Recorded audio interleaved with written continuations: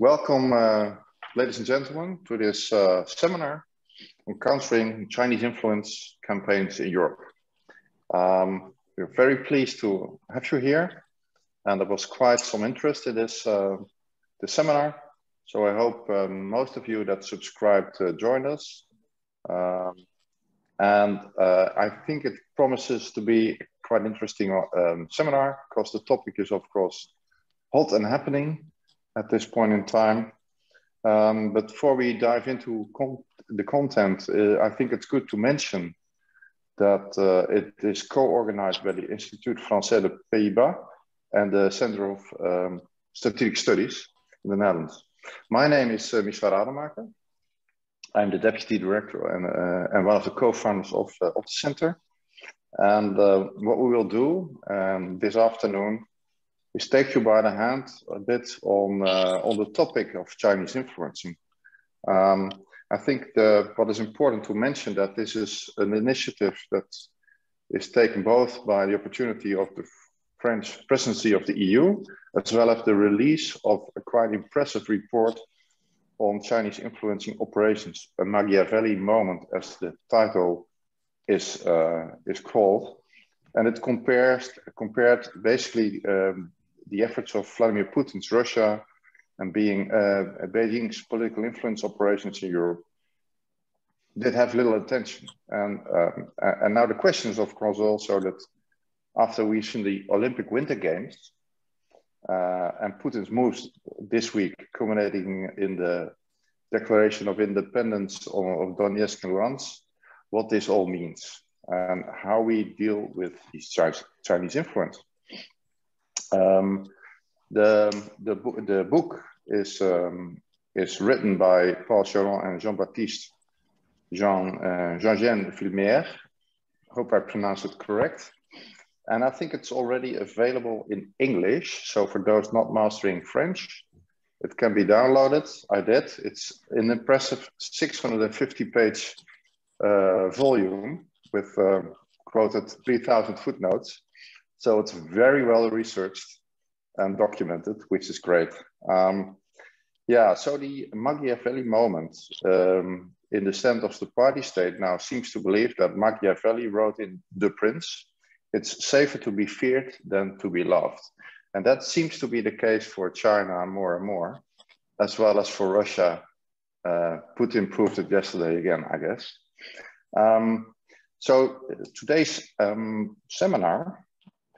webinar is basically about the question, what do we do about Chinese influencing? So the question before that is, what is happening? Do we also see this in the Netherlands, for example? What can we do about it? And what should we not do more, for example? We will hear more about this later. But first, I'd like to introduce to you His Excellency, the French Ambassador to the Netherlands, Vassy. Mr. Ambassador, we met a couple of times already, and you know the center, but we are very grateful and find it an honor that we were able to have you with us now during the French presidency and in these busy geopolitical explosive times. I would suggest, before I introduce the speakers that we'll do later on, that I'll give you the floor first and to kick off this seminar, please. Okay, thank you very much. Can you hear me? Yes. Wonderful.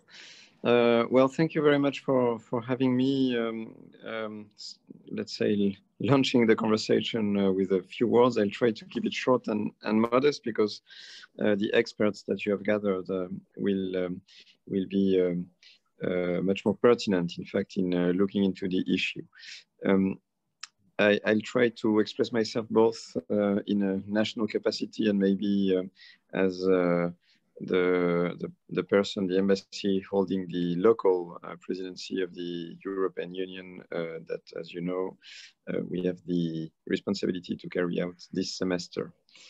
In a nutshell, I would like to simply say that in essence, the rise of China, first of all, is a reality, of course. I won't go into all the figures that support that, but it's an obvious fact. It's, of course, one of the, if not the major geopolitical issue of our times, even though the current crisis in the eastern part of Europe reminds us that there are other challenges that we need to address and to overcome. And as you know, there is now an agreement between Europeans on the way to define our relation with China. So I will simply remind it. It has to be a partner, a strategic competitor. It is a strategic competitor, and it is also a systemic rival. Each term, of course, counts, and we try to make sure we balance our approach with these three realities that coexist at the same time. On the basis of that approach, our aim is to contribute to the definition of a sustainable balance in the relation with China. And France and the EU, of course, have been working on all three pillars. Let me very quickly address the issue of partnership, because it's really not the one you are focused on today, which is simply the fact that we know that China has to be, in a sense, because of its weight, a major partner for us collectively when it comes to specifically global issues, and I think it's fair to say, specifically when it comes to global warming, to biodiversity, and more generally to ecological issues. It is, of course, a competitor, and there the economic weight and the commercial leeway capacity that China has been developing in the last decades, it's increasing clout in major technological areas are a challenge to us collectively. We are there working collectively as Europeans to rebalance that relationship and specifically underlining the commitment that we have as Europeans to the rule of law. Maybe a few highlights of what that means specifically when it comes to our trade agendas under the French presidency of the European Union. I think it's fair to say that globally, generally speaking, we aim at making sure that maybe compared to the past, we become more assertive when it's needed as Europeans collectively. Among the priorities of the French presidency, there are a few texts that I would like to highlight. The first one is the regulation against subsidies that distort the internal market. The second one is the regulation in order to establish a reciprocity instrument in public procurement. As you know, Europe's public procurement is open to around 98% to foreign companies. The US around 30-something, and China basically 0%. And so we have there a major issue of rebalancing in our relations that we are addressing. And important also, the anti-coercion regulation, which aims at avoiding unfair practices that could prevent our industrial companies from growing. France supports, of course, the adoption of the European regulation on the filtering of foreign direct investments, on foreign subsidies, and on the regulation on reciprocity in public procurement that I already mentioned. In the same line, France promotes the need for an ambitious European industrial policy, particularly in microelectronics, hydrogen, health, the cloud sector. And I would like simply to draw your attention to the informal summit that will be gathered in France in March 10 and 11, through which we aim at gathering heads of state and government to see what kind of definition we can get to and what instruments we develop to make sure that we remain competitive in the future. Also, I would put in that category of the level playing field, the carbon adjustment mechanism at the borders, which is an important instrument as we increase the pressure on our industries to reduce CO2 emissions, to avoid what we call carbon leakage, and the fact that production would move to areas that are less, that apply less stringent rules, and China, of course, will be one of them. Maybe a few words on how this challenge of China relates to more generally to the issues we've been raising at as France at the European level, and specifically the concept of strategic autonomy. When you look at, I guess it's important to remind that strategic autonomy is a 360 degrees concept. It applies to all our external partners. And for example, when we look at energy, which is a topic of the moment, of the minute, I would say, we've been consistently saying that it's important that we remain as autonomous as possible from external providers, because dependencies will come eventually with a price. So autonomy means what? Means being stronger collectively as Europeans. When you look at the situation of Lithuania, for example, I think it's fair to say that to withstand external pressure, sticking together and making sure that we have each other's interests in mind will help us resist external pressure.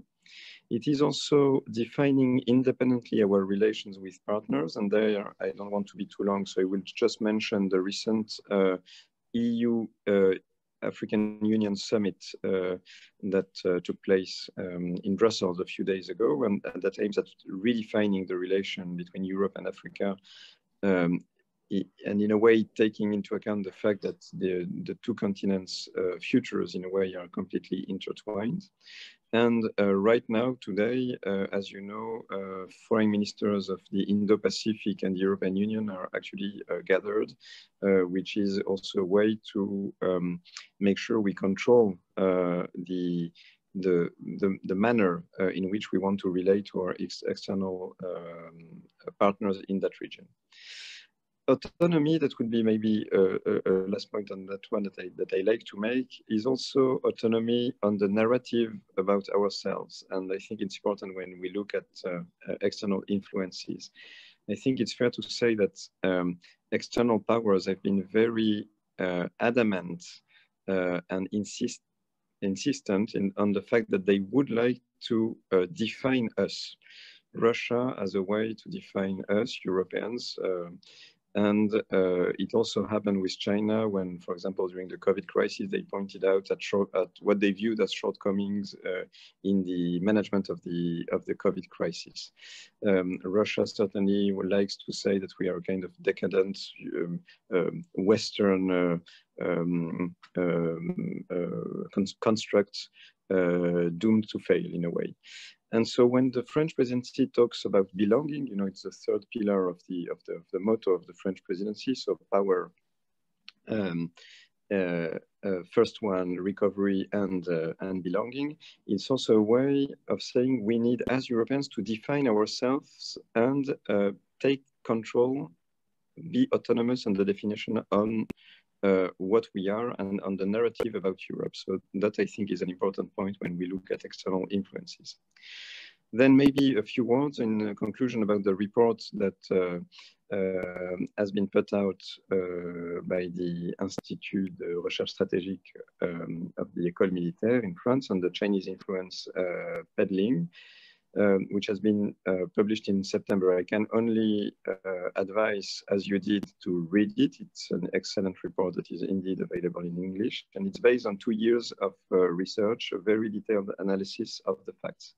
It presents findings that converge with other academic work on the subject published recently in different countries, and some of the practices described in this report have led to reactions by the French authorities. I would like, for example, to point out to the fact that in spring 2020, the Chinese ambassador to France, who tends to be very active on social media, was summoned to the French Ministry of Foreign Affairs after the Chinese embassy made a series of unacceptable public comments, including insults and threats against French parliamentarians and a French researcher. So there too, it's important that we stick together, as we do, by the way, when Dutch politicians, including members of parliament, are targeted by sanctions. The ambassador was told that in France, respect for fundamental principles and freedoms is a requirement that applies to everyone, and that these fundamental principles and freedoms include academic and research freedom, individual freedoms, respect for the separation of powers, and France's constitutional principles. He was also told that insults against independent researchers and polemics with elected representatives of the Republic were inadmissible and had no place in the relation that the Chinese embassy was responsible for helping to develop between France and China. We reminded that the embassy was obliged to respect the principles of separations of power as well as the laws of the French Republic. In a nutshell, I would, and that's I think an interesting episode that I want to conclude on. We need to develop a balanced relation with China, as I said, based on the 3 pillars, but that also entails being firm and ready to defend our own principles, individually at the member states level, but of course collectively also when one of us is put under undue pressure. And with that, I give you back the floor. Thank you. Thank you, Mr. Ambassador, for these kind words about the seminar, but also underpinning the need for solidarity and a consistent Europe that stands, well, back to back, I would almost say, against the rest of the world as, well, trying to, well, maybe even attack our values and our economies and our autonomy to some extent. And I think this is a good moment to go over to both the authors of the book to let them explain more how the Chinese do well meddle in our societies, I would say. And I think it's both Paul Charon, who's the Director of Intelligence, Strategic Foresight and Hybrid Threats at the Institut de Recherche Stratégique de l'École Militaire, as well as Jean-Baptiste Janvier Villemer, who is the director, that you both will, in this order, enlighten us a bit further on what you have researched. So I would suggest, without further ado, that you, Paul, make a start. The floor is yours. Thank you, Michel, and thank you for having us here. The first thing I should say is that this report is actually, this report on Chinese influence operations is a follow-up to the first report that IRSEM published on information manipulation in 2018. This report was written in collaboration with the policy planning staff of the French Ministry of Foreign Affairs. And this first report was devoted to almost exclusively to Russia. And it therefore became clear that it should be by a second and this time China. We began this work by focusing on Chinese information manipulation, like in the first report, but it soon appeared that it was more accurate to place this information manipulation in a broader context of influence operations. So obviously, I do not have time to go into the content of the report in detail. So I propose to briefly recall its central hypothesis, the structure, and to conclude by returning to the methodology used. And after that, Jean-Baptiste will talk about disinformation and Russification in more precise terms. So the central hypothesis of the report is that of a Russification of Chinese influence operation. But this Russification can be understood in 2 different ways. First, after having long struggled to build tools of seduction, to build some sort of a soft power, China seems, like Russia, to consider that it's safer to be feared than to be loved, to use Machiavelli's formula, which gives the report its subtitle, as you mentioned earlier. Of course, Beijing has not abandoned the use of seduction, and as we have shown in the report, but it's no longer reluctant to use force or infiltration as well. The second meaning of Russification is that China is clearly inspired in the implementation of this influence operation by the Russian and even sometimes by the Soviet playbook, as shown by the similarities between the infection operation launched by the KGB in 1983 and the Chinese operation around the COVID-19. And both operations make use of the same narrative materials by, for instance, blaming the US base at Fort Detrick. And there is therefore a circulation of knowledge which underlines the polysemy of this Russification. Secondly, the structure of the report. The report is structured in 4 main parts. The first part is dedicated to the indigenous but not only indigenous concepts and doctrine from which the CCP thinks about influence operations. So it seemed important to us not only to mobilize Western concepts such as, I don't know, soft power and sharp power, for instance, but also to think from the Chinese terms themselves. So obviously the United Front and the free warfares are central in the report, but we also discuss more recent concepts such as discursive power, which is a concept from Foucault, the French philosopher Michel Foucault, but also cognitive warfare. We also discuss the concept of active measures, which, while not Chinese, sheds light on the commonalities of Russian and Chinese operations. The second part of the report is devoted to the actors of Chinese influence operations. These actors are multiple, not always well coordinated, and that's an interesting part, and belong, of course, to the party, but also the state, the army, and also companies, both public and private. And these actors,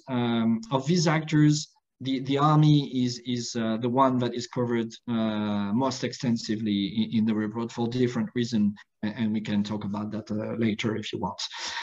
It seemed important to us to include research on these 2 aspects, both the concepts, the doctrine, and the actors, as they may be absent from most works on the subject, which focus more often on the content of the operations, the influence operations.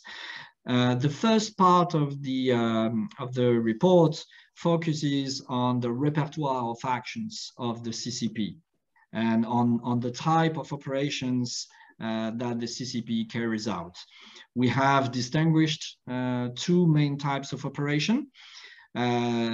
Those that use seduction or subjugation, and those that use coercion and infiltration. This repertoire is exceptionally vast and includes the use of Chinese tradition, the construction of a positive image for China and obviously for the party, but also the promotion of the Chinese, the so-called Chinese model, the use of diasporas, the media, the diplomacy, and of course the issue of the Wolf warrior diplomats, the economy, politics with the central role of the international liaison department, education, of course, with notably the involvement of the CSSA and think tanks, and also culture with an emphasis on cultural products, but also the manipulation of information, as well as other means such as the use of Chinese tourists or the instrumentalization of NGOs and citizen movements. The fourth part of the report, and the last one, proposes some case studies, 4 country cases, Taiwan, Singapore, Canada, and Sweden, and 2 cases of specific operations. The one carried out during the Hong Kong crisis, the Hong Kong protests, and the other during the beginning of the COVID pandemic that I mentioned earlier, and that we called Infection 2.0. Finally, the conclusion returns to our hypothesis of the Russification of Chinese influence operations. Finally, a few words on the methodology. This report is based, first of all, on 2 years of field research in some 20 countries in Asia, Europe, and North America. And during this time, we were able to talk to officials, of course, but also military, academics, think tankers, and members of civil society, such as journalists or fact checkers. The report is then based on the exploitation of an extensive documentation produced by the Chinese government and mostly by the party itself. And finally, we have made a systematic use of OSINT tools. This is particularly the case in the section on players and especially the 311 base, but also on the issue of the Infection 2.0 operation.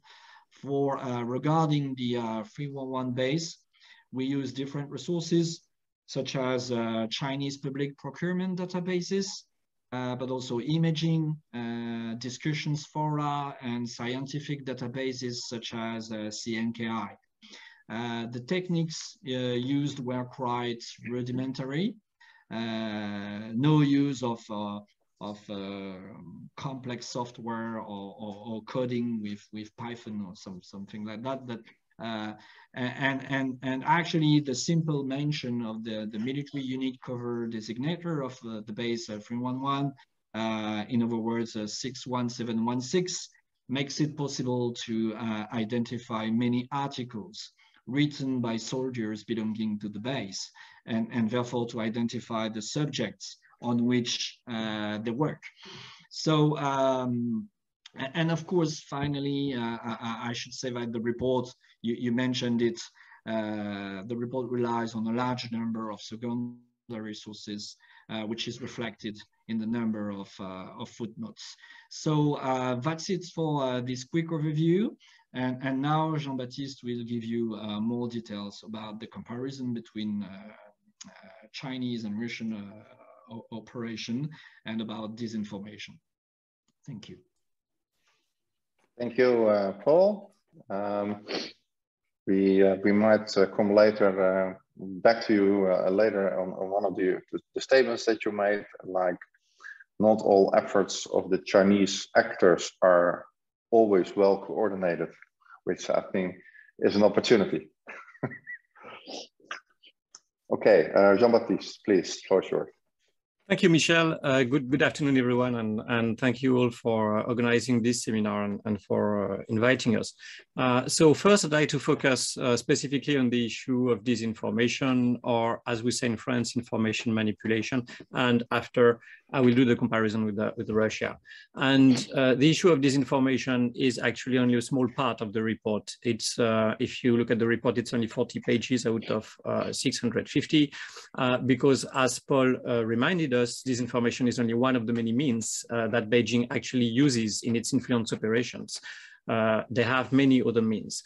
However, it's also an important part of the conclusion of the report, and it's an important part of our main thesis, which is the Russification of Chinese influence operations, because such Russification is especially obvious in the field of information manipulation, and that's why I will focus on this issue.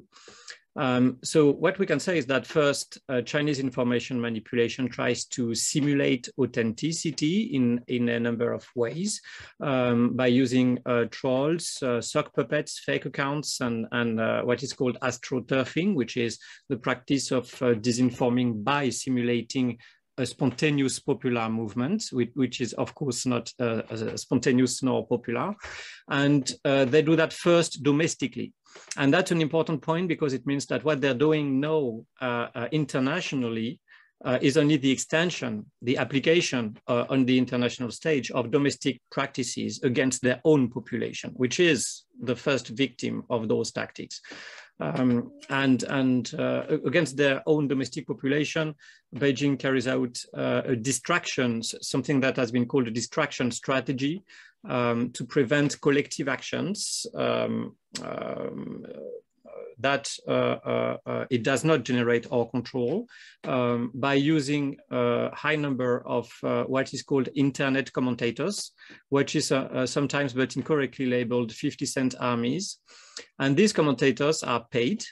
For example, they can be paid $25 for one message or 40 cents for reporting a negative comment that will later be deleted, etc. So that's for the domestic stage. On the international stage, trolls are usually controlled mostly by the PLA and probably as well for some of them by the Communist Youth League.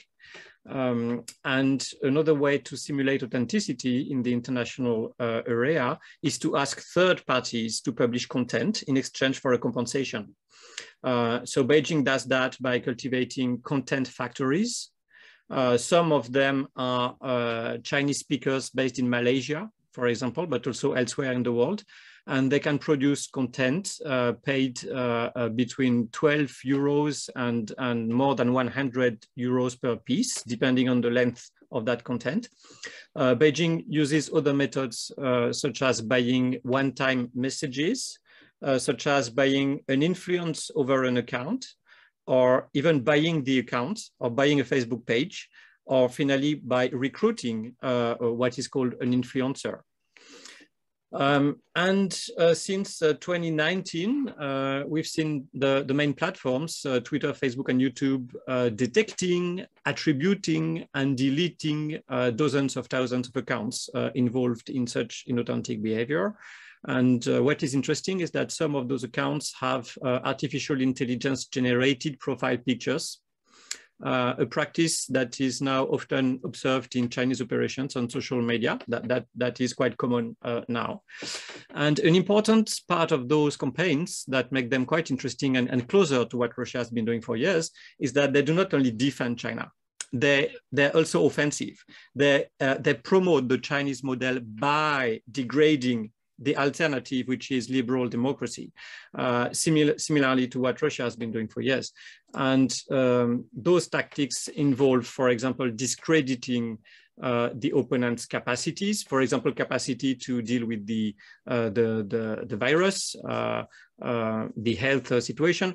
It also involves fanning the flames of controversial topics, for example, in the US, racism, police violence, for Europe, I don't know, immigration, unemployment, crime, exactly what Russia and the Russian media have been doing for years, and also sometimes to try to create panics. So now, in the last part of my intervention, I'd like to compare it with Russia. And there is actually something that is interesting when you read the military literature, the research articles published by the PLA researchers, is that they actually acknowledge taking Russia as an inspiration. You find articles praising the Russian TV channel RT, Russia Today, for being a model in terms of public propaganda. That Russian inspiration is really explicit. You find them praising what Russia has been doing with the DNC leaks in the presidential campaign in 2016 in the US, what Russia has been doing when they annexed Crimea in 2014. And I guess we'll see in a couple of months related to what is happening in Ukraine now, that also those Chinese military researchers are watching very closely what is happening now on the field of cognitive warfare, influence operations, disinformation, and they are really considering Russia as a model to emulate, actually. And as a matter of fact, China has been following Russia in a number of ways. So as I said already, on the Western social networks, Facebook, Twitter, YouTube, but also because they expanded their targets of influence beyond the sole diasporas. Because initially, historically, China has been focusing on its diasporas. And that was a main difference between China and Russia before. But now they are targeting non-Chinese political, business, media, academic elites of targeted countries.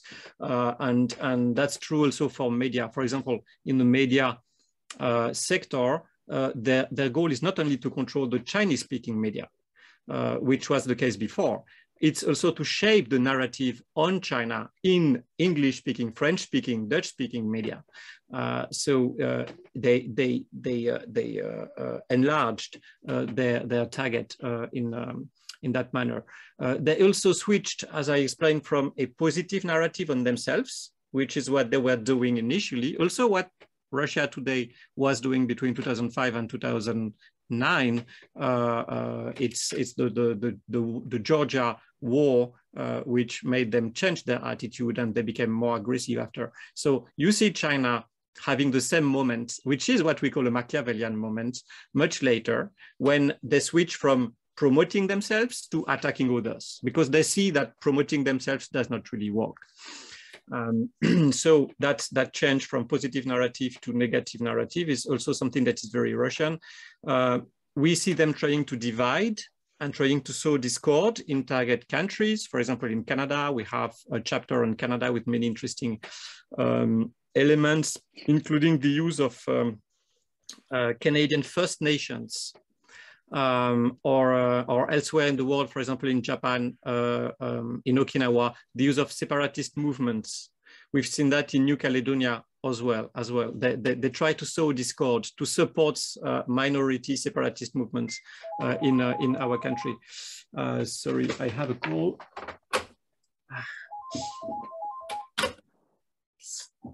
Also, we've seen interference with elections, which is something very Russian, right? We remember the DNC leaks in 2016, the Macron leaks in 2017. Also, there are some suspicions related to the Brexit case. But what is less known is that China has been interfering in at least a dozen elections in Asia, Australasia, and North America. However, it's mostly local elections, low profile interference. But for example, there is one famous case in the district of Richmond in Vancouver in Canada, where using, I believe it was WeChat, they offered not much. I think it was only $20, but they actually paid the voters to vote for a specific person, which is an obvious case of election interference, even if it's on the local level, where they believe they have more chance, and also it's more discreet. They also widely circulate conspiracy theories, something Russia has been doing for years, and you see now China circulating the same conspiracy theories, the obvious example being about the COVID-19 pandemic and the origin of the COVID-19 as being American, which is, as Paul explained, a copycat compared to what the KGB did in the 80s with the AIDS virus, blaming it on the CIA. They also use their Neobroad as a testing ground. When you see, before launching operations worldwide, when you see what Moscow did, Moscow tested its methods during the color revolutions in the mid-20s, and then in Georgia in 2008, and then in Ukraine in 2014, before turning them against Western democracies, the US and the other Western democracies in terms of disinformation influence operation. Well, China did exactly the same. They started in Taiwan and Hong Kong, first step. Second step is regional, and it was Australia that was targeted first. And that's why you have a greater awareness in terms of Chinese influence in Australia than elsewhere in the world at the moment, because they've been targeting earlier, starting 2016, for example, 17. And then the rest of the world, which became aware more recently with the pandemic. So there are many other points of comparison. I will mention only one last one, which is the interesting issue of moving closer to the political radicals. Because this is something Russia is very familiar with, but not really China. But we see in places like Sweden, for example, ties being developed between the Chinese embassy, the nationalist far-right party, which is Alternative for Sweden, and the Schiller Institute. In France, we've been seeing a far-right neo-Nazi association relaying the Chinese conspiracy theory, according to which the coronavirus originated in the US. And there are other examples in Italy, also in the US, where China is apparently involved in amplifying QAnon narratives on Facebook, and apparently even more than Russia. So you see China now interacting with and helping local extremes, something that Russia has been for a long time. And it also means that they are developing the same sources. You see the same sources, like the journalist Blumenthal, for example, and his website, The Gray Zone, being used and invoked by both Chinese and Russian media. So many points of comparison between them, and that's why we speak of a Russification. Obviously, there are also many differences. I don't have time to develop. But I would be happy to, if you have questions on the remaining differences between the two, because there are many. And the main one is, of course, the sophistication of Russian operations, which are still greater than the Chinese operations, which are quite clumsy most of the time. But I think they will improve. So I will stop now, but if you have questions on differences and also maybe on cooperation between the two, I would be happy to answer. Thank you. Thank you, Jean-Baptiste. Interesting that you took us by the hand. And I was fascinating to hear that they started, of course, as you said, with influencing domestic audiences. And then go out being more defensive and offensive. And when making the comparison with Russia, one of the questions that came to mind for me is, but the aims for doing that might differ between Russia and China, or are they the same? Why do they do this? Is it to get influence or to destabilize? What's the overarching strategy for the Chinese compared to the Russians? Should I reply now, or do you want to? Yes, that's possible. Yes, let's do that. Yeah, very shortly. I think they have the same goal actually, which is to weaken the liberal democratic model. They see their own political regime, political model as an alternative, and they want to defend that alternative. And to that end, they need to weaken what can be attractive, especially for the diaspora, because you have Chinese people living in Europe, living in the US, in Canada. They are exposed every day to liberal and democratic ideas and values. It's extremely threatening for China. So they need to destroy that ideal, that liberal ideal. And Russia is exactly in the same state of mind. I believe that's something they have in common. They want to weaken, to divide our countries, so we do not constitute a potential alternative, and we are not attractive for the Chinese population everywhere in the world. Yeah, if you may, on that topic, that's why there is a strong continuity between Chinese domestic policies and external policies, and because if the party wants to stay in power, if he wants to keep its hegemony on politics in China, it has to fight against this alternative model abroad. So it's a really important dimension for the CCP. Yeah. And another one that came to mind is that you said, Jean-Baptiste, that the Chinese way of influencing, in our view, is still a bit clumsy now and then. Has that to do also with the not always well coordinated sentence that Paul made, or is it differently? I think it's due to many factors. Maybe they're less well coordinated, even though the Russians can have coordination issues as well. And what we've seen in the last years with Bellingcat, exposing a lot of GRU operations, for example. Some of those failures can be due to competition between intelligence services and lack of coordination and of communication. So I believe it's quite the same on the Chinese side. That's only one factor. The other, and that's a big difference between China and Russia, is that Russia, they understand us much better, I believe. They are working harder. For example, to prepare for the DNC leaks and the campaign in 2016 in the US, they sent people there and to study those communities. They infiltrated communities to understand how they think, and so they can better simulate being them. While someone from Sweden, from one of the agencies in Sweden, told me the Chinese, they are learning languages but not culture. So it's probably simplified, and you can find exceptions, of course, and counter examples. But I think in general it's quite true. You see the Chinese people not really understanding our culture, and therefore not being able to simulate, to penetrate, to infiltrate our communities, and to be credible. Most of the time you see them coming from very far. They're not very subtle. They can be quite aggressive. When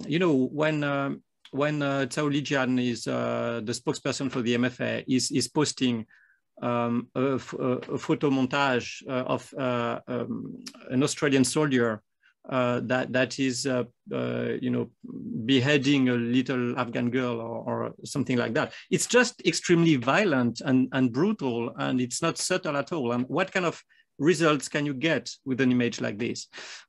So I believe the Russians are more sophisticated and more meticulous, and they know better our media ecosystem, they know better our culture, how public opinion works. They do ethnographic research, and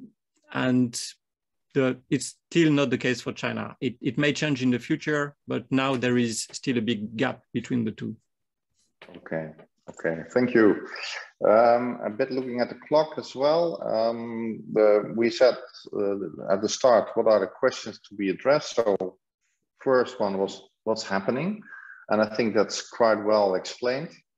And I advise you still to read the book, if the report of both the authors, Paul and Jean-Baptiste. But now the question is, okay, what do we see in the Netherlands? And for that reason, I'd like to introduce to you Joris Teer. You're a strategic analyst at HCSS. He's also mastering Chinese, like I think Paul does. So he, I think, is capable of reading the direct language instead of translations.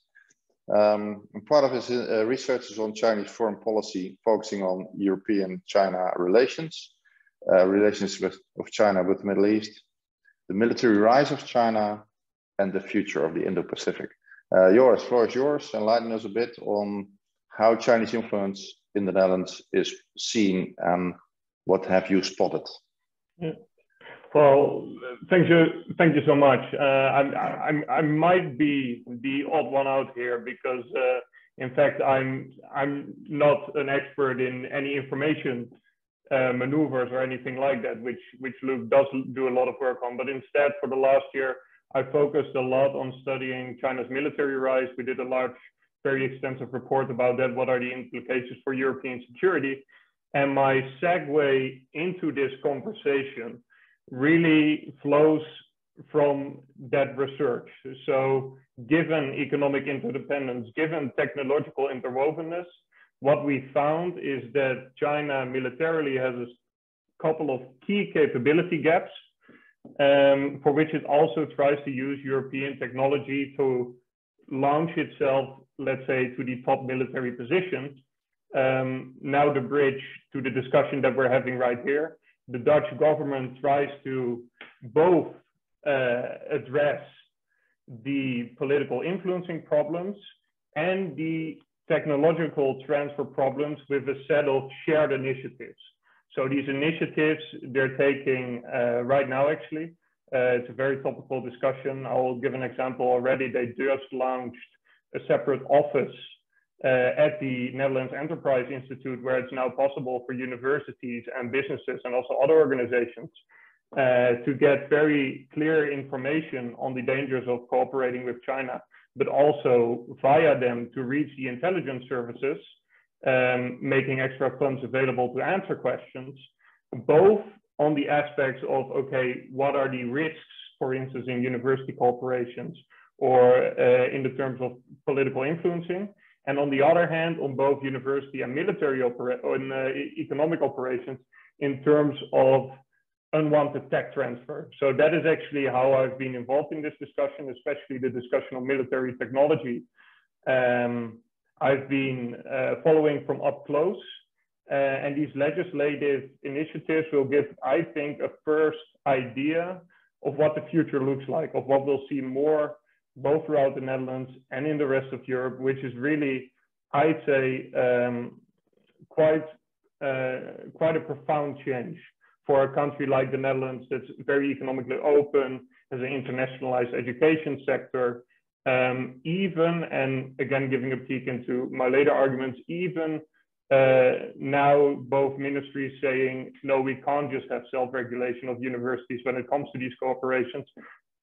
Neither of businesses. There will have to be some form of government intervention in that and steering that. And that will be, well, the proof is in the pudding. Next year, we'll see how far that intervention goes. But these are the discussions that are going on. So let me first take a step back and highlight, I think, two very important research initiatives that were undertaken in the Netherlands on the political influencing side. Let me just highlight them briefly.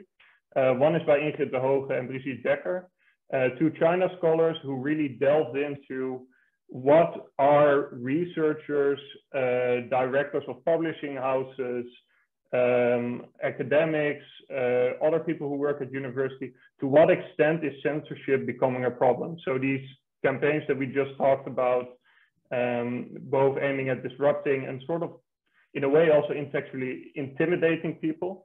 To what extent is censorship a problem? And they found that self-censorship is actually the biggest problem about academics. It happens in two ways.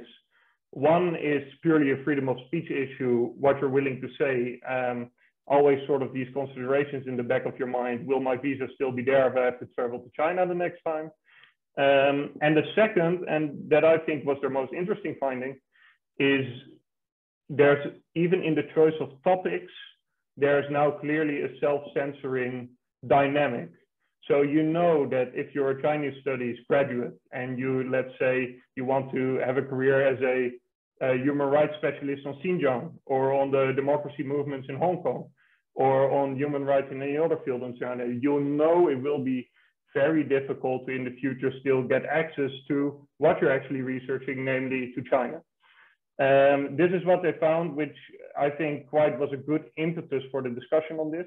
Last one is a more recent example. Last month, our public broadcaster found that at the Free University, the Cross-Cultural Human Rights Center was funded by a Chinese university for, let's say, the amount somewhere around of 250,000 to 300,000 euros per year for 2018, 19, and 2020 to, let's say, promote a conception of what human rights mean, which is more closer to the CCP saying, no, this is all culturally defined, let's accept diversity in this, instead of saying, no, there's a very clear-cut definition of what human rights are. So this really inspired a lot of debate, which really these legislative measures that I'll return to for both military tech transfer, normal tech transfer, and influencing measures aim to address.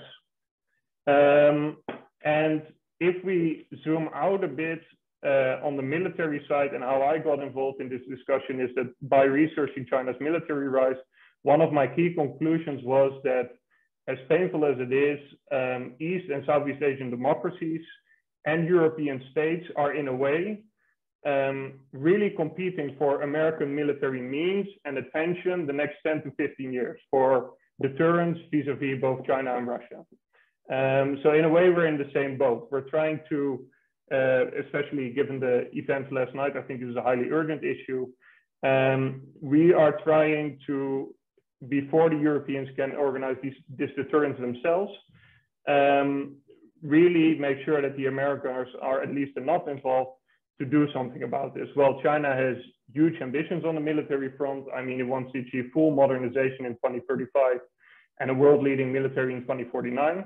And with the Made in China 2025 program, it also tries to obtain military technology in places like the Netherlands and in the rest of Europe.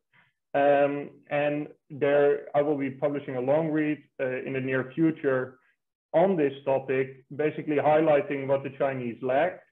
For instance, a first-class jet fighter, the ability to do anti-submarine warfare, nuclear-propelled aircraft carriers, and what they really want, basically the gains, artificial intelligence, etc., of the fourth industrial revolution to catapult themselves to the top position. I mean, I've described China's military modernization as arriving at a point where you basically have a car with 3 wheels. You did 90% of the investment, but the thing doesn't drive yet because you miss a couple of key capability classes. Well, in these key capability classes, we've seen some very, very worrying incidents of military tech transfer, of cooperation with European universities and European businesses that probably, given the time and given the pressures on the American security umbrella that we're still under, aspirations for European strategic autonomy aside, that are very worrying. Reuters very recently published an article saying that in the Chinese hypermodern destroyers, there's German engine technology. China's hypersonic missile was tested in a machine containing US chips. The student publication of the TU Delft, which we in the Netherlands really think of as the MIT of Europe, basically. The aerospace engineering, again, aerospace engineering, very close to the jet fighter I was talking about, has cooperations and collaborations with departments or individual students of 4 of the 7 leading universities in China, meant to bolster the defense industry and the army. Last week, the director of the military intelligence, of Dutch military intelligence, was again on radio warning that we have 80 students from China and the Netherlands who can be directly traced back, these are his words, to the defense sector and the army, basically getting their PhDs in key sort of sensitive fields. Well, I mean, the examples they kind of build up. There's an investment firm in Eindhoven that really found collaborations in laser technology, aerospace technology, et cetera, which really triggered the government to sort of start to take action. So what I already told you is that from last month onwards, there is now a central place, if you have any questions as being a university, a business, a municipality, or any other government about cooperation, where you can really reach the intelligence services who are hiring extra people to answer these questions about economic and military security. But 3 ministers, the ministers of justice, education, and of economic affairs, have now also said self-regulation in this new age is no longer enough. And this is really where the debate is at. And in 2023, there have to be 2 things. First, it's basically an investment test for companies.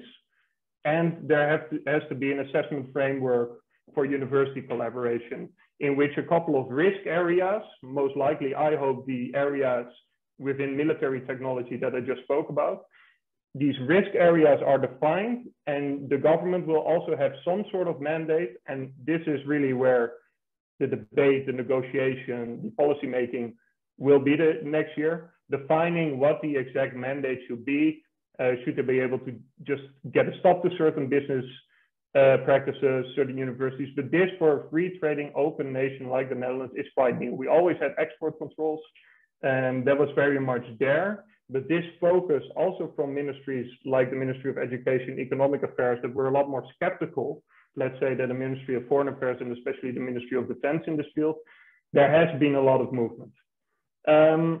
Well, this neatly ties in obviously with some European initiatives that we've already seen. In 2020, the EU really pushed its member states to set up FDI screening, foreign direct investment screening frameworks.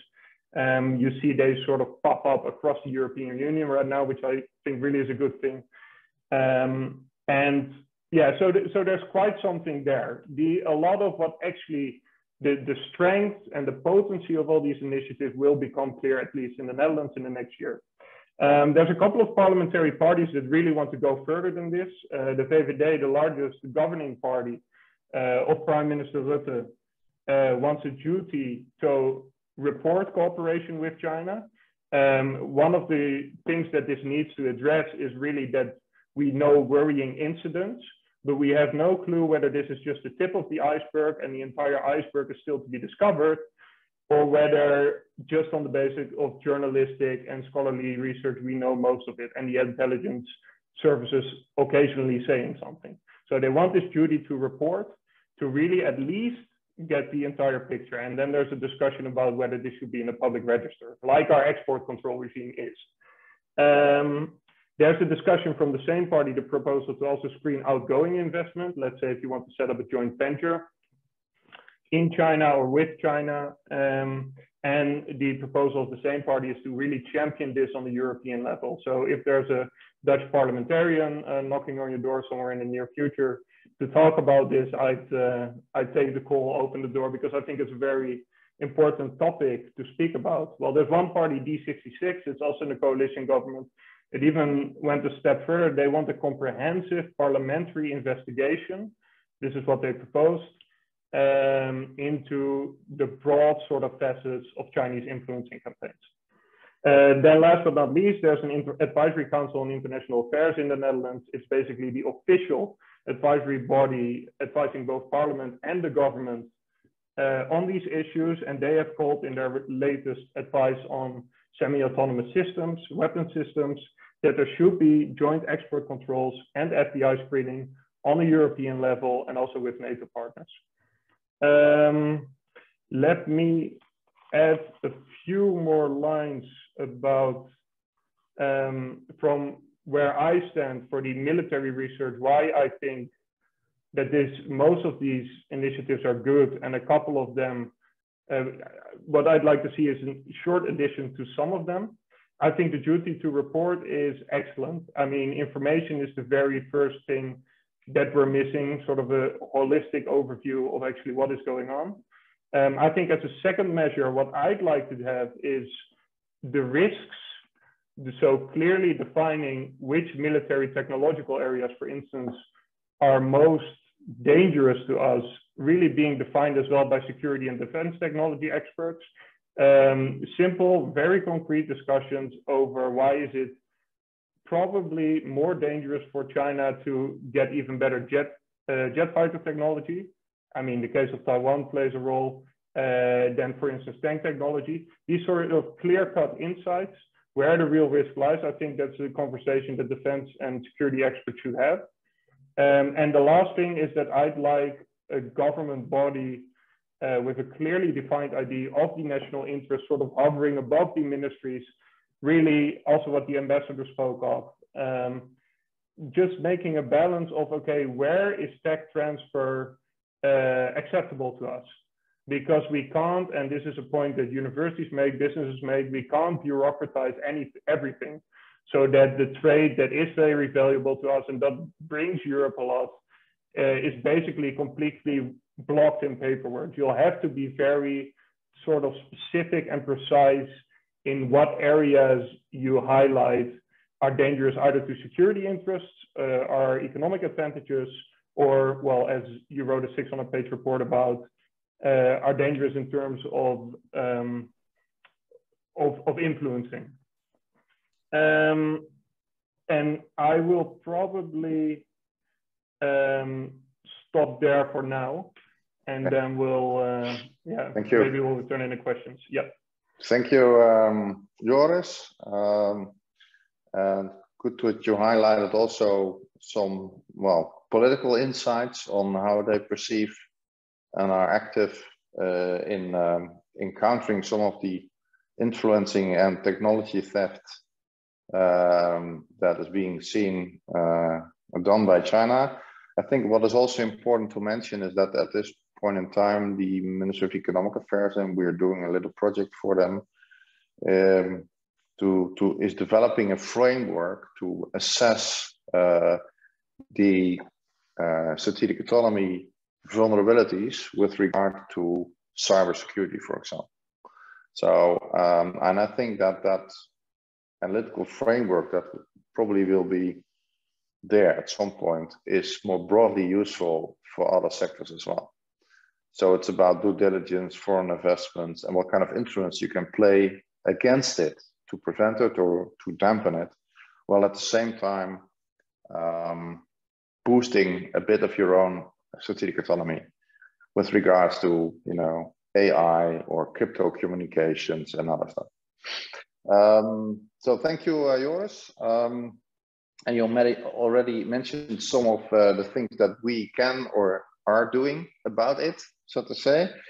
I'd like to go over to Luc Vassy. He's a senior strategic analyst at the Cyber Policy and Resilience Program of HCSS, and the project manager of the Global Commission on the Stability of Cyberspace, which is basically about norms of behavior of state and non-state actors in cyberspace.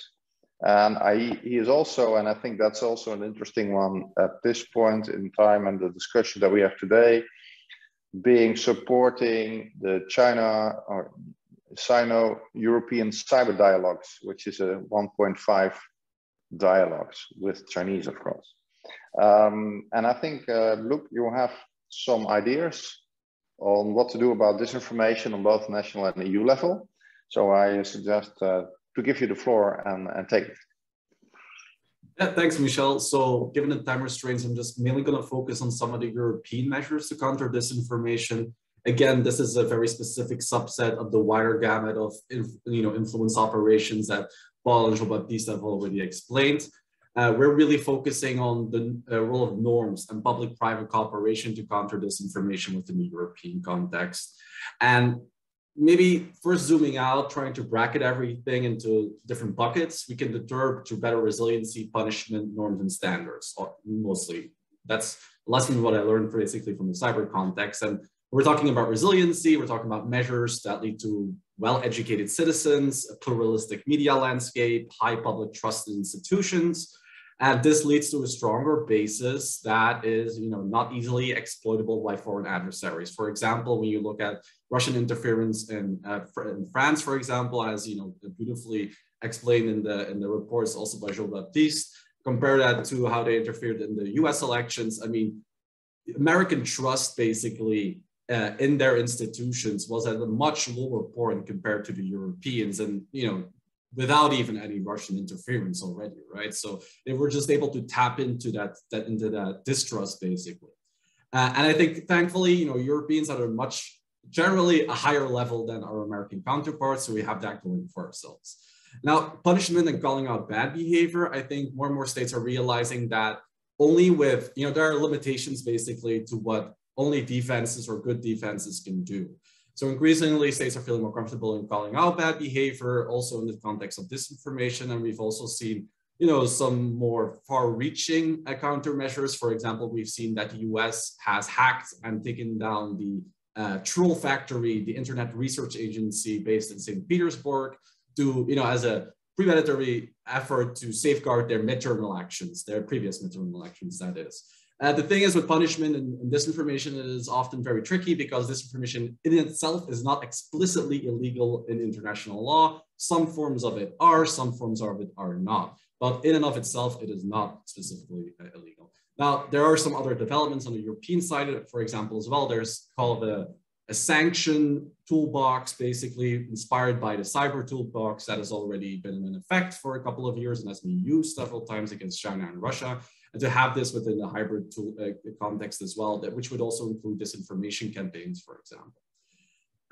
Now, finally, what I want to really focus on is the role of norms or standards, really, in encouraging responsible behavior for states, but I think also for the private sector. So in that, we really took two routes. First one is the government to government norms, or as we call them, the big N norms. So these are the norms that are agreed within the United Nations or other multilateral fora, basically, between states. And we offered a norm proposal framed around covert election interference and link that to the non-intervention principle. The non-intervention principle because, well, actually sovereignty is still an issue that even among like-minded parties, so for example, France and the Netherlands agree that, for example, sovereignty implies as a rule also in cyberspace or the wider information space. For the Americans, it is still considered a legal principle, more or less, like the Brits. So there's still some disagreement between the like-minded parties as to how far the rule or principle of sovereignty extends. And non-intervention is a little bit stronger in that extent. It's also a compromise of sorts because the overt means, so for example, propaganda by state media actors such as, for example, Russia Today or by Chinese state media would still be considered acceptable, as would publicly declared funding for civil society organizations.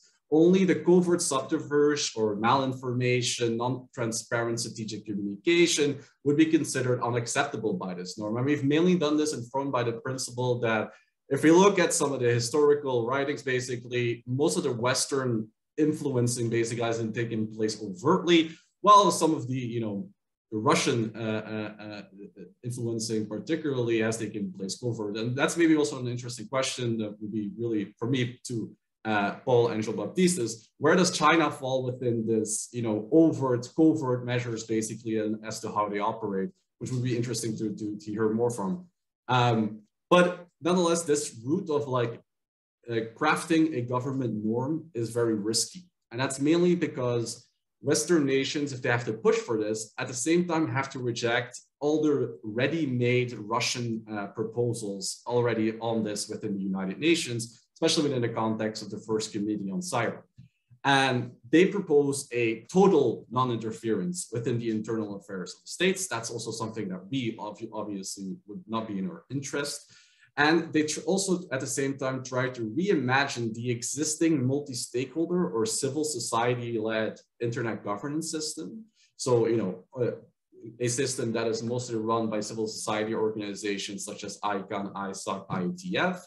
And they want to reorganize that towards a state-led model. So a multilateral model in which governments have more control about how the internet is governed. And therefore, it is also much easier for them to control the content that goes through the internet. Now, following these kind of risks, which are very considerate to civil rights or online human rights, we thought the second route is much more helpful, and that would be targeting social media platforms themselves, which often have been a vector for a lot of these disinformation or influence operations, as we've seen in the 21st century. And in this context, we really urge them to develop a charter of standards, basically. So these are small N norms, as we would say, and there's already a EU code of practice against disinformation on this. The EU is updating that code as well, but that is a code that is made by the platforms themselves without very much involvement from civil society, for example. What you've seen there as well is that there is a lack of transparency, basically, and insight as to how, into the key performance indicators, really, of these measures. So how helpful are they being? How efficient are these measures that, the big platforms have agreed?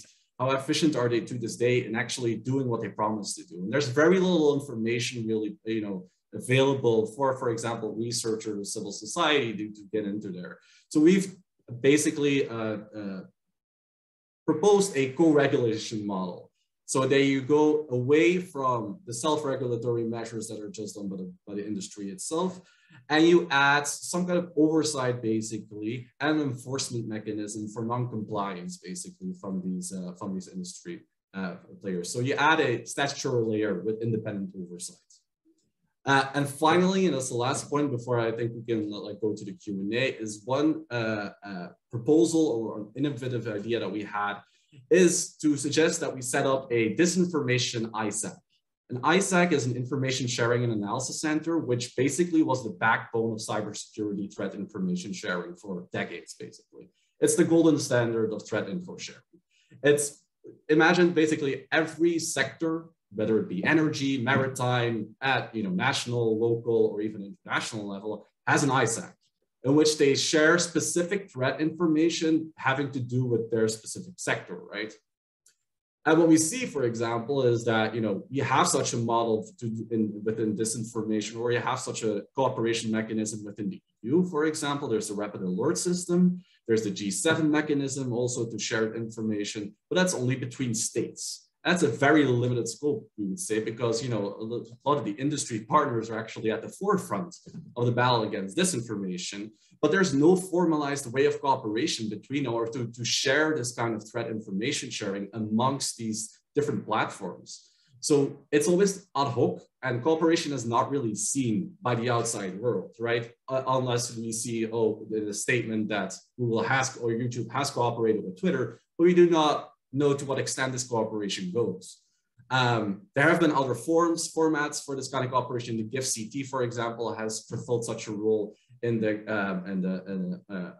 having to do with online terrorist content, basically in combating that. But the criticism there is really that it's been a black box. So once you set it up, there's not a whole lot of insight as to, for example, why some content has been taken down. So there's not a lot of transparency again as to how the process of that works. And I think the ISAC formula informed by the cybersecurity best practices is a very good way to actually set this up. So it would be mostly carried by industry partners. So bottom up is the best way to do these kind of things. And they would actually share threat information, would function as a platform to which platform members can share threat intel. That is shared anonymously, or you can basically do that to the Stuxi protocol. That's a very technical term that, more details for later. But essentially it would be a way to also build the capacity of your smaller members. So this would not only involve the Facebooks, the YouTubes, you name it, the big, mostly often American companies, but also, for example, news agencies within France or the Netherlands or Europe who also face a lot of disinformation, for example, in their comment sections, right? And this would be a capacity building effort for them as well, to provide them with better tools to actually moderate content or moderate disinformation online. And it also fulfills that kind of capacity building component for your smaller members, which in turn allows them to make more not less extreme decisions basically when it comes to content moderation online. And you would also involve, for example, Stratcom East. You can involve the secretary of the G7 Rapid System.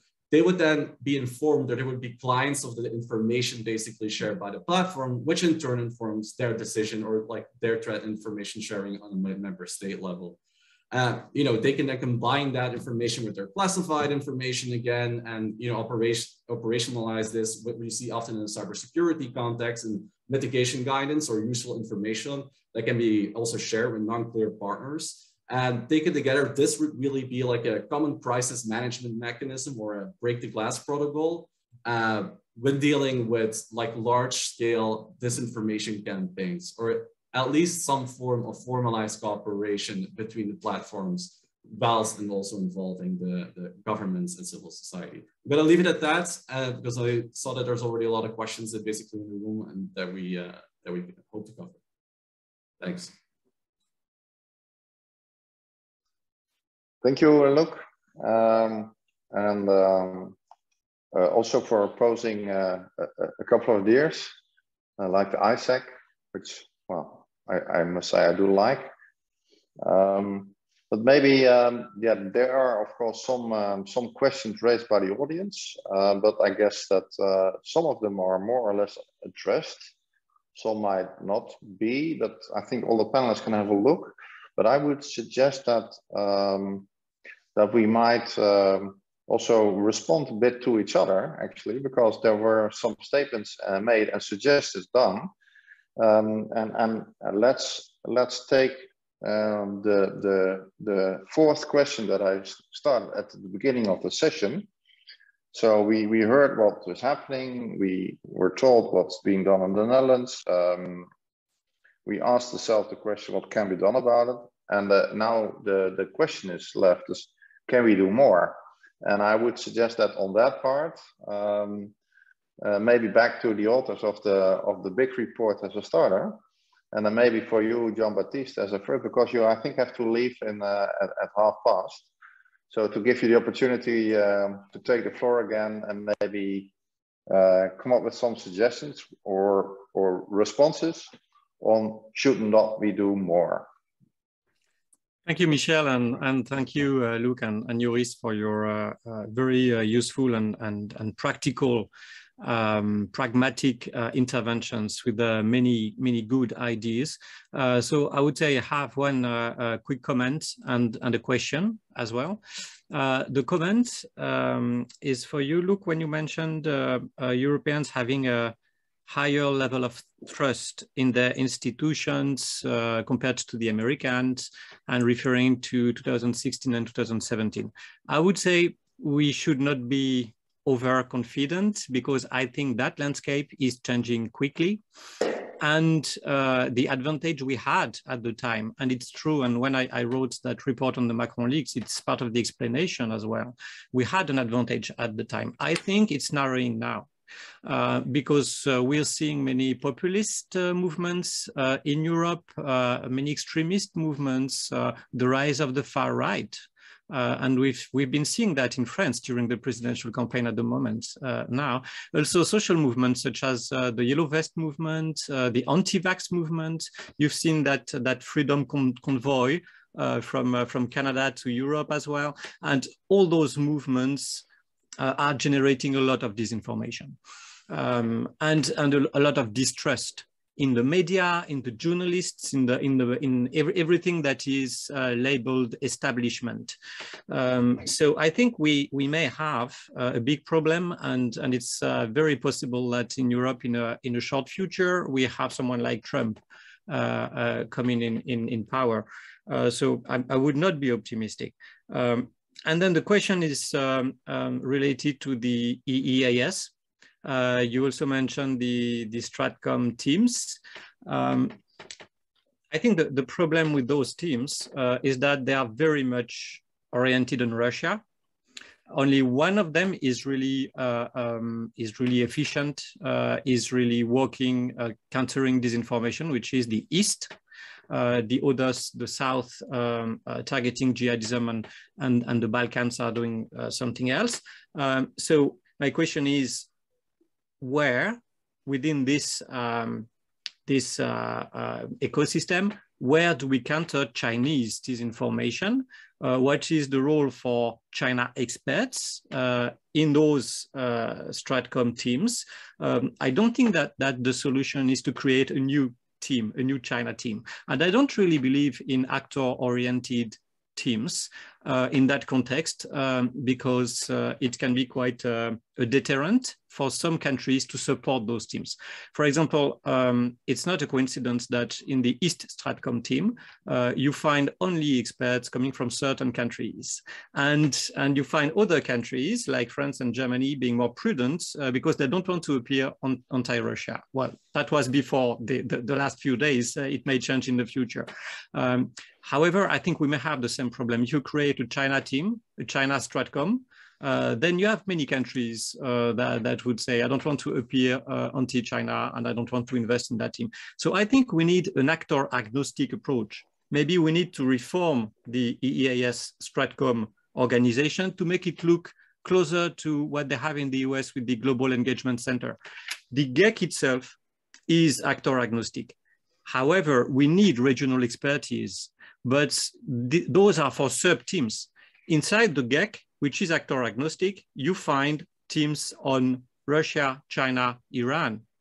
But you have also the capability to detect and counter threats coming from other countries. For example, we have an issue with Turkey. We won't create a Turkey team. We have an issue with non-state actors, the movements I mentioned, the American alt-right. So we have many actors. So I believe we need a reform of the EEAS system to detect and counter disinformation, which is actor agnostic at the strategic level. And then at the tactical level, we need regional expertise and therefore actor-oriented teams. But what we have at the moment are only actor-oriented teams, missing some important actors. So I don't find it efficient, but maybe you have a solution for this issue. Okay, look. Response? No solution to reform the European External Action Service yet. Only some encouragement for them to start actually also increase their cooperation with private sector. But I definitely take your point as to like the post-mortem that you did with with Russian disinformation basically in the US and Europeans. I think our public trust is decreasing rapidly, and that's definitely a downward trend rather than an optimistic tone at the end. With the EU, I also completely agree with your point, and maybe I actually just have one more question for you in the sense of like, I previously always described or thought that Chinese operations were more like, you know, the positivist, the cheerleading thing, and then you say the turning point, right, is a turning point because is that based on how we see them like case studies in Taiwan or like any of the very critical components to China, so Taiwan, Hong Kong, or do we also see that a lot in other case studies as well? Like outside in Europe, in the US? Paul, would you like to respond to that or? Yeah, if possible, or Paul maybe, or. Go ahead, Jean-Baptiste. You have only 2 minutes left. So. Yeah, it's right. I have to leave soon. But look, I'm not sure I understood your question. So the turning point, right, for like the Machiavellian nature of Chinese influence operations. Yes. Is that based on case studies mostly having to deal with Hong Kong, Taiwan, or like these kind of case studies, or do they also have to do with? Are these the exceptions, right? Or do we also see them happening within their operations in Europe? Or? It's actually exactly the contrary, because Hong Kong and Taiwan, for them, it's continuity. Yeah. It's a bit in the European context when you explain to the Baltic states or the Nordic countries that we have a problem with Russian disinformation since 2014 because of the annexation of Ukraine, and they respond, well, it has always been the case. For them, the end of the Cold War did not make a difference. So for them, it's a long-term problem. And we became aware of the threat in the western part of Europe only recently. So same thing for China. For Taiwan and Hong Kong, it was always there and at very high level. But those are very specific cases.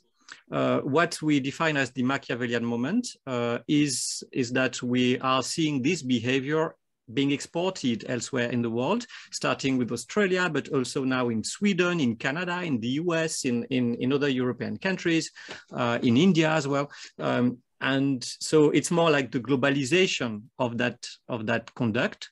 And so it's precisely the fact that they do not limit themselves to their near abroad, which are Taiwan and Hong Kong.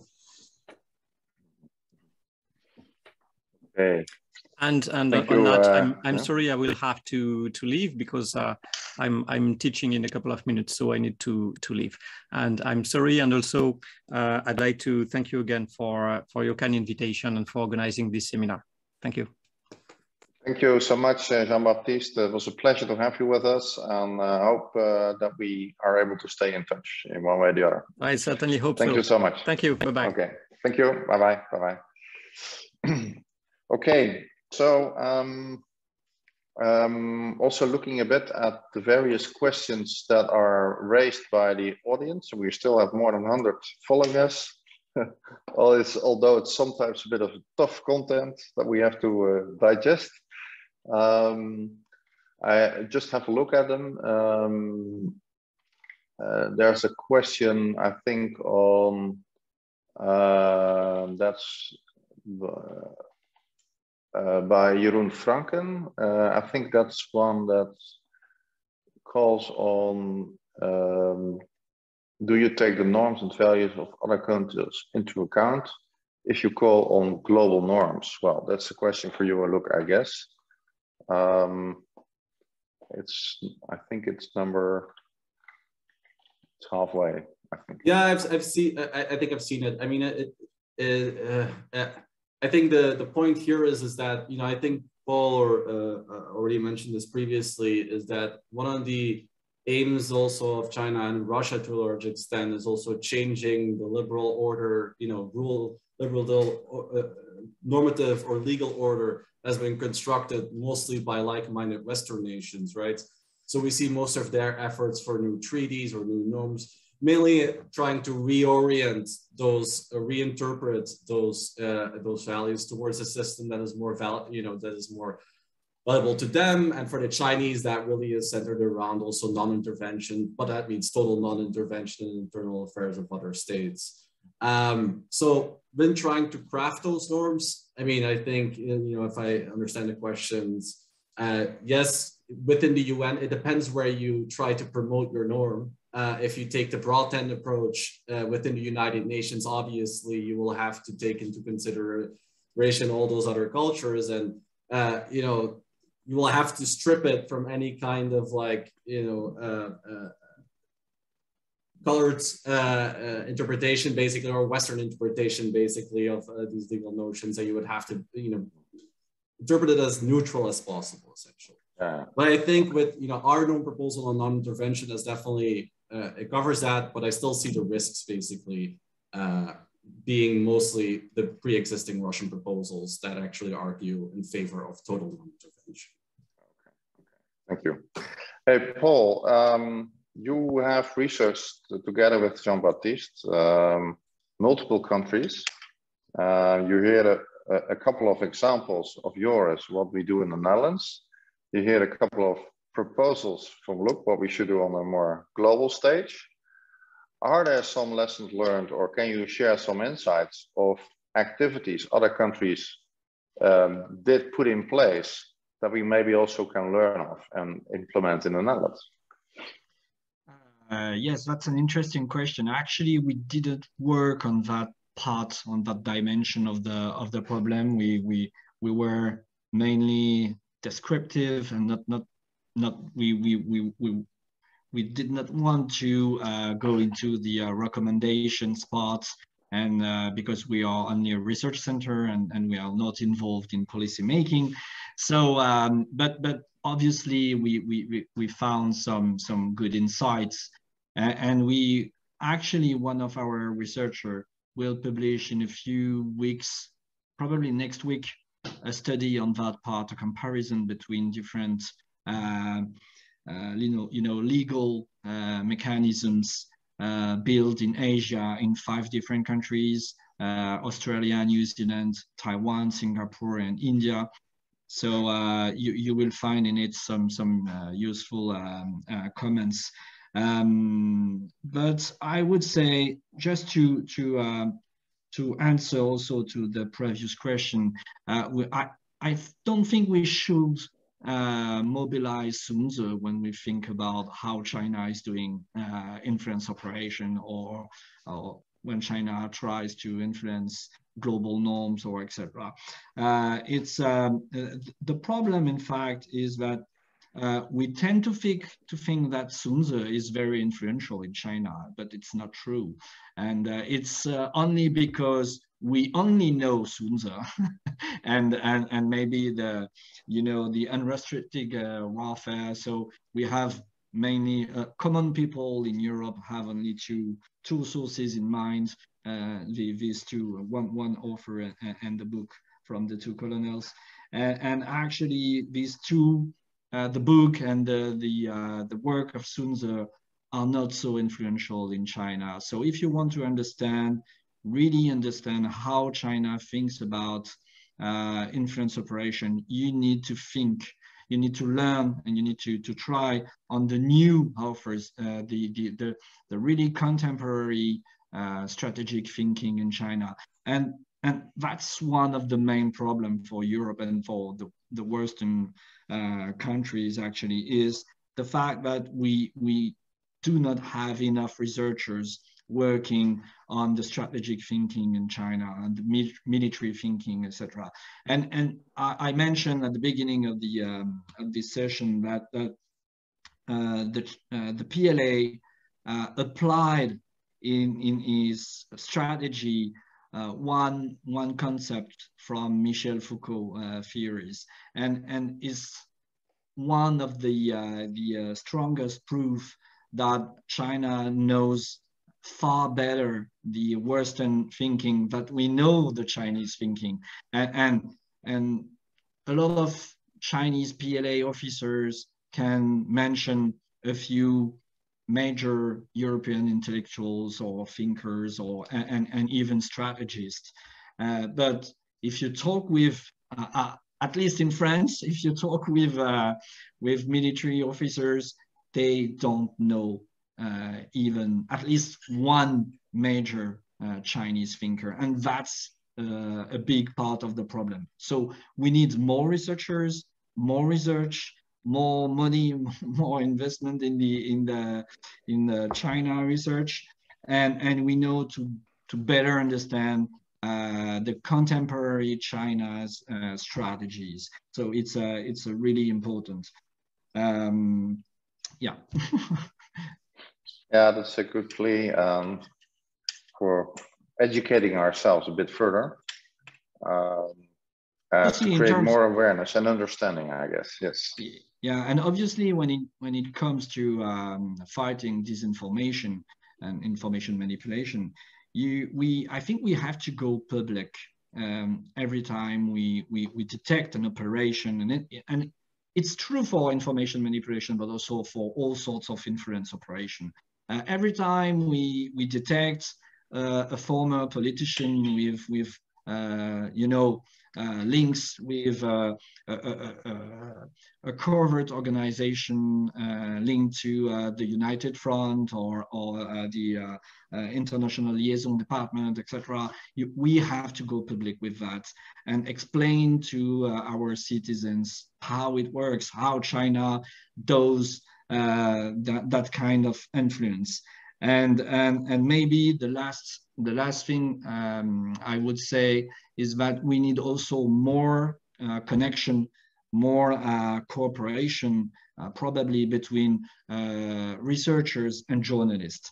What we see with our reports is that a lot of journalists now take our work and follow some leads. So it's really interesting because we haven't enough time to go into detail for every topic, for every cases. So it's interesting that now some journalists find it useful and to follow through and to find new evidence about many influence operations. And you will see in the near future some journalists publishing really interesting articles about Chinese influence operations in France. Yes. Well, that's a promise. Yeah, it comes to mind when you say about some public naming of this kind of events. It maybe even brings to mind the similarity in cyber, which is about active attribution. And that's basically the same mechanism. If we first thought it was difficult, and now it's more and more possible, and we are more active on attributing whatever takes place. Not sure that it helps in preventing it, but at least bring it into the open to have further awareness and understanding. I think helps anyway for a bit more resilience in our societies. Hey, it's we have a little bit of time still, but I think we have quite well elaborated a lot of it already. So I would suggest that we might ask all three panelists if they have some last famous words before we wrap up. So who can I give the floor? If you don't have any famous words, that's fine as well. but this is an opportunity to maybe bring out something that you had still on your mind while discussing. Can I give someone the floor? Sure, I'll kick off. Maybe when trying, just following what you just said, Michel, in terms of calling out bad behavior and moving towards other sanctions. I think before sanctions or any of the other countermeasures that we're trying to consider, I think there's a lot of intermediary steps or measures that are available between, for example, an angry tweet by Joseph Bovell and then full-on sanctions, basically. And I think those intermediary steps are really something that we should be exploring further, and HCSS will also explore those further, basically in upcoming research. That's it. Thanks. Okay. Thanks, Luke. Joris? I'll give it a go too. I've been very struck by the discussion. I think it's extremely interesting, especially in the context of how the ambassador framed it, that there's tons of trade going on with China at the same time. There's a human rights critique dimension, and how to balance all these things. I think in the Netherlands we've seen quite a shift since, let's say, 2018. I think mostly driven by the situation with the Uyghurs and in Hong Kong. And we're now in a situation where 4 out of 4 governing parties in the Netherlands support the motion saying that there's genocide taking place in China. I mean, the executive didn't copy it, but 4 out of 4 governing parties support it, and 2 out of them actually championed the motion. So a lot is in flux, and what I'd like, basically a call for think tankers and policy advisors with the ministry on to really, let's try to apply some sort of surgical precision here. Let's really look at what are the main areas of things that are bugging us. And well, if it were up to me, that is definitely military technological transfer is one major sort of red flashing alarm that should be looked at. And look at that at the same time, while also appreciating that these supply chains are there. They're ruffled, they're already pushing up prices. We see the same now with the energy costs from Russia, and we'll see the same in the future with rare earth elements and other goods that we need for the green transition from China. So all these things, they sort of converge. They cause a lot of economic pain to citizens in this country as well. And at the same time, we really have to deal with the security and these human rights issues. So yeah, I really just like to continue the conversation with these universities on how to most effectively, really precisely target those technologies, both in the economic sphere and the military sphere, that really should not be in the PLA's hand. Shield them off, but at the same time, keep a view also on the rest of the relationship. Okay, thank you, Joris. Paul, maybe last words from your side as well? Yes, just a last word on methodology. We mentioned earlier and Joris said that also, the fact that we have to deal now with a strong censorship and a self-censorship from researchers and journalists, and it's we observed also an increasingly difficulty to access to the field and to access to information in China and on China, and so the housing techniques are a really good way to overcome these difficulties, and what we learn with this report is that all these digital traces left by all the players and the actors on the internet are a very, very useful material that researchers have to take into account and include more systematically in their research sources. Thank you, Paul. Nicely said. And I think it brings us to the end of our session. We still have attracted some 80+ people keeping up with us, which is, I think, good. And before saying thanks to all participants, for those that are interested to follow on these kind of scenarios or seminars, I should say, we together with France again organized one on the geopolitics of food, which is on the 22nd of March, live from the Dutch residency in Paris. Also having speakers from France as well as the OECD. And we will have a seminar on the energy transition and strategic autonomy on the 26th of April, which will have people from both the EU, Germany, most probably the Netherlands, and France, of course, on our autonomy and gas and what have you. So without further ado, I would like to really thank all the speakers, panelists, and of course all our participating listeners for this for attending this nice seminar. And I wish you a good night, and thank you so much for joining us. Bye bye.